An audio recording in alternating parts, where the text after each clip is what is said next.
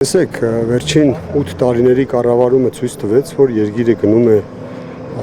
հետընթաց, յուրաքանչյուր ոլորտ պրավալ է, սկսած կադրային քաղաքականությունից, վերջացրած արտաքին եւ տնտեսական, հետեւաբար յուրաքանչյուր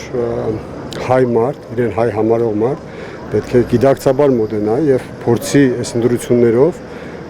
կարողանա իր քվեով որոշում կայացնել, որ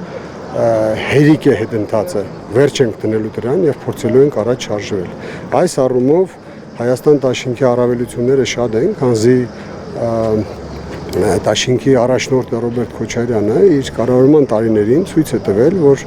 յուրաքանչյուր ոլորտում ունեցել է առաջընթաց, նույն մեր աղետի կոդի հասկացությունը ամենամեծ շինարարական թափը ստացավ 2000-ականների սկզբին եւ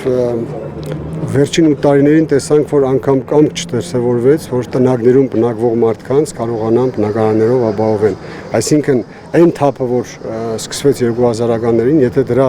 1%-ի չափ այս վերջին 8 տարիներին